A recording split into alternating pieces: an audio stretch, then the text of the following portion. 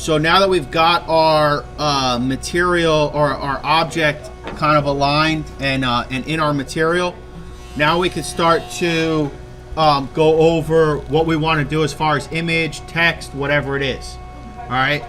So in this video, I'm really just going to focus on, I'm just going to do something simple, text with a little circle around it, so that we're going to cut that out.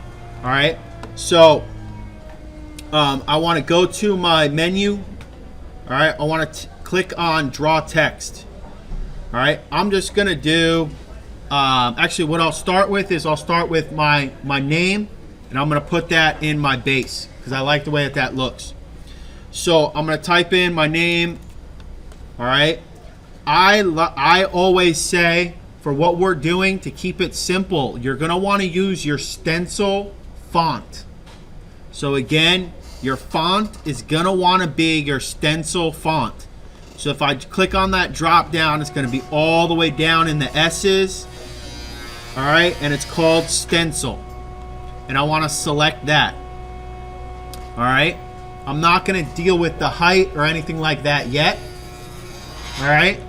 So I'm going to click apply, and it's going to bring in my font. All right. And it's in a stencil font. Now, a couple things, guys. If you're adding more than like 7 letters, it's probably not going to look good on the space that we're trying to fit it into. Everything's going to end up way too close together. So you're going to want to keep that to 7 letters or less is what I've found looks the best. All right. So when I'm done, I've clicked apply. I click close, and now I've got my text. All right. So what I want to do is I want to add my text, and I want to center that right inside my my base. All right. So before I want to do anything, I want to resize it to the size that I want. So if it's pink, it's selected. If it's black, it's not selected. So we want to make sure that that text is selected. So I want to click on it to make sure it's pink.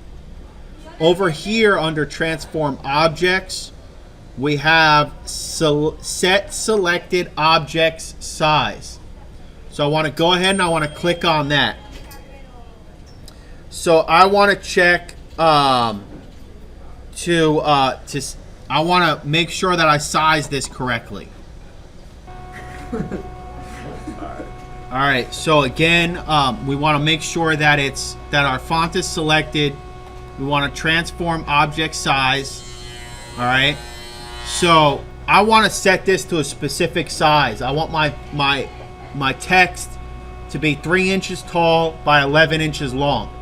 All right. So I want to turn off link XY. All right. I want my width to be 11 and my height to be 3. All right. Now, if you look, nothing's changed. So I want to click apply, and it will change the size of that. All right. So now I can click close. I've got my text size changed to where I want it to be. So now I want to look to center it on this object. So I want to make sure that my text is selected. Push and hold the shift key and select my base object. All right, I go back to that align selected objects, and instead of selecting align to material, I want to center it to align to selection, and that's going to center that object.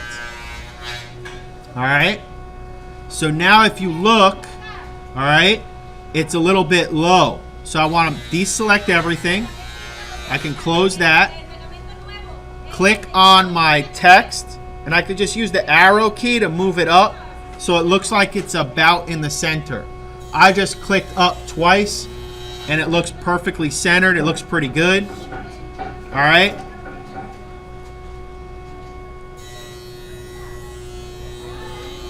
So I just want to, I'm just eyeballing it to look like it's about in the middle. So now I've added my text to my base. All right. So I do want to, right now, since I've done a bunch of work, I do want to save this.